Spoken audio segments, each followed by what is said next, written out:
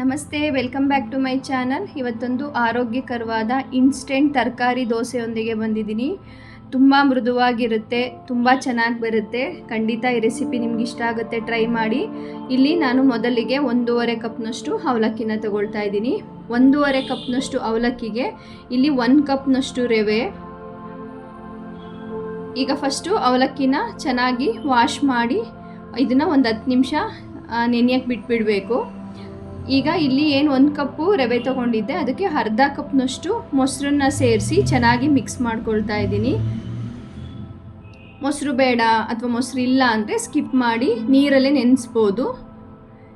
ಇಲ್ಲಿ ತರಕಾರಿ ಹಾಕ್ತಾ ಇದ್ದೀನಿ ಅಂತ ಹೇಳಿದ್ನಲ್ಲ, ಬೀನ್ಸು, ಕ್ಯಾಬೇಜು, ಕ್ಯಾರೆಟು ಎಲ್ಲವೂ ಈ ಥರ ತರಿಯಾಗಿ ಗ್ರೈಂಡ್ ಮಾಡ್ಕೋಬೇಕು, ತುಂಬ ನುಣ್ಣಗೆ ಗ್ರೈಂಡ್ ಮಾಡಬಾರ್ದು. ಈಗ ಅವಲಕ್ಕಿ ಚೆನ್ನಾಗಿ ನೆಂದಿದೆ. ಅವಲಕ್ಕಿ ನೋಡಿ ಚೆನ್ನಾಗಿ ನೆಂದಿರಬೇಕು. ಹಿಂಗೆ ಪ್ರೆಸ್ ಮಾಡಿದ್ರೆ ಫುಲ್ ಪೀಸ್ ಆಗಬೇಕು. ಈಗ ರವೆ ಮತ್ತು ಮೊಸರು ನೆನೆಸಿಟ್ಟಿದ್ನಲ್ಲ, ಅದನ್ನು ಕೂಡ ಈಗ ಅವಲಕ್ಕಿಯೊಂದಿಗೆ ಸೇರಿಸಿ ಸ್ವಲ್ಪ ನೀರನ್ನ ಸೇರಿಸಿ ಎಷ್ಟು ನುಣ್ಣಗೆ ಸಾಧ್ಯ ಅಷ್ಟು ನುಣ್ಣಗೆ, ಈಗ ದೋಸೆ ಹಿಟ್ಟೆಲ್ಲ ಹೆಂಗೆ ಗ್ರೈಂಡ್ ಮಾಡ್ಕೊತೀವಿ ಹಾಗೆ ರುಬ್ಕೋಬೇಕಾಗತ್ತೆ. ಈಗ ಅದನ್ನೊಂದು ಪಾತ್ರೆಗೆ ಹಾಕ್ಕೊಳ್ತಾ ಇದ್ದೀನಿ. ಮತ್ತು ಅದು ತೊಳೆದಿರೋ ನೀರನ್ನ ಕೂಡ ಸೇರಿಸ್ಕೊಳ್ತಾ ಇದ್ದೀನಿ. ಸೇಮ್ ದೋಸೆ ಹಿಟ್ಟು ಬ್ಯಾಟರ್ ಏನು ಕನ್ಸಿಸ್ಟೆನ್ಸಿ ಇರುತ್ತೆ ಅದೇ ಕನ್ಸಿಸ್ಟೆನ್ಸಿಗೆ ಇರಬೇಕು. ತುಂಬ ತಿಕ್ಕಾಗೂ ಬೇಡ, ಹಂಗಂತ ತುಂಬ ತೆಳುನೂ ಬೇಡ. ರುಚಿಗೆ ತಕ್ಕಷ್ಟು ಉಪ್ಪನ್ನು ಸೇರಿಸ್ಕೊಳ್ತಾ ಇದ್ದೀನಿ. ಇಲ್ಲಿ 1/4 ಸ್ಪೂನಷ್ಟು ಅಡುಗೆ ಸೋಡಾ ಕೂಡ ಸೇರಿಸ್ಕೊಳ್ತಾ ಇದ್ದೀನಿ. ಎಲ್ಲವೂ ಚೆನ್ನಾಗಿ ಮಿಕ್ಸ್ ಮಾಡಬೇಕು. ಸೋಡಾ ಮತ್ತು ಉಪ್ಪು ಆ ಹಿಟ್ಟಿನೊಂದಿಗೆ ಎಲ್ಲೂ ಗಂಟು ಉಳಿದೇ ಇರೋ ರೀತಿ ಮಿಕ್ಸ್ ಮಾಡ್ಕೋಬೇಕು. ಈಗ ಇದಕ್ಕೆ ಏನು ತರಕಾರಿನ ನಾನು ತರಿಯಾಗಿ ಗ್ರೈಂಡ್ ಮಾಡಿಟ್ಟಿದ್ದೆ ಅದನ್ನು ಈಗ ಇಲ್ಲಿ ಸೇರಿಸ್ಕೊಳ್ತಾ ಇದ್ದೀನಿ. ನಾನು ಬೀನ್ಸು, ಕ್ಯಾರೆಟು, ಕ್ಯಾಬೇಜ್ ಸೇರಿಸ್ಕೊಂಡಿದ್ದೀನಿ. ಸೊಪ್ಪುಗಳು ಬೇಕಾದರೂ ಸೇರಿಸ್ಕೋಬೋದು. ಇಲ್ಲಿ 1 ಹಿಡಿಯಷ್ಟು ಕೊತ್ತಂಬರಿ ಸೊಪ್ಪನ್ನ ಸಣ್ಣ ಕಟ್ ಮಾಡಿ ಸೇರಿಸ್ಕೊಳ್ತಾ ಇದ್ದೀನಿ. ನೋಡಿ, ಈ ಹದಕ್ಕಿರಲಿ. ಈಗ ಒಂದು ಪ್ಯಾನ್ಗೆ ಚೆನ್ನಾಗಿ ಕಾದಿರಲಿ ತವಾ.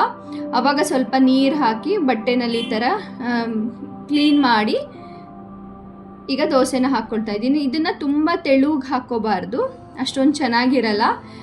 ಇದು ಸ್ವಲ್ಪ ಸೆಟ್ ದೋಸೆ ಎಲ್ಲ ಬರುತ್ತಲ್ಲ ಆ ರೀತಿ ಸ್ವಲ್ಪ ಆನಿಯನ್ ಉತ್ತಪ್ಪ ಎಲ್ಲ ಮಾಡ್ತೀವಲ್ಲ ಆ ಇದರಲ್ಲಿರಲಿ, ದಪ್ಪದಲ್ಲಿರಲಿ.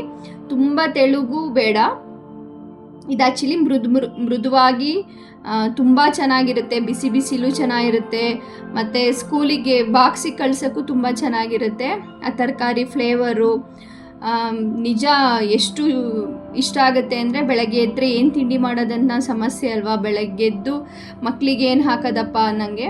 ಈಗ ಬೇರೆ ದೋಸೆ ಎಲ್ಲ ಸ್ವಲ್ಪ ಗಟ್ಟಿ ಆಗುತ್ತೆ, ತಿನ್ನೋಕ್ಕೆ ಚೆನ್ನಾಗಿರಲ್ಲ ಅಂತೀವಲ್ಲ, ಹಾಗಲ್ಲ. ಇದು ತುಂಬ ಮೃದುವಾಗಿರುತ್ತೆ.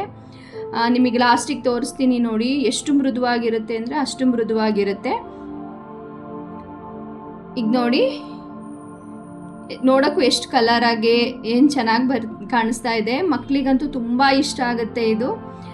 ಬಾಕ್ಸ್ಗೂ ತುಂಬ ಚೆನ್ನಾಗಿರುತ್ತೆ. ಎಷ್ಟು ಮೃದುವಾಗಿರುತ್ತೆ ಅಂದರೆ ಖಂಡಿತ ನಿಮ್ಮೆಲ್ಲರಿಗೂ ಇಷ್ಟ ಆಗುತ್ತೆ. ಸೇವ್ ಮಾಡಿ, ಲೈಕ್ ಮಾಡಿ, ಹೈಪ್ ಮಾಡಿ. ನಮ್ಮ ಚಾನಲ್ ಸಬ್ಸ್ಕ್ರೈಬ್ ಆಗಿಲ್ಲ ಅಂದರೆ ಸಬ್ಸ್ಕ್ರೈಬ್ ಆಗಿ. ಮತ್ತೆ ಸಿಗುವ ನೆಕ್ಸ್ಟ್ ವಿಡಿಯೋದಲ್ಲಿ. ಬಾಯ್.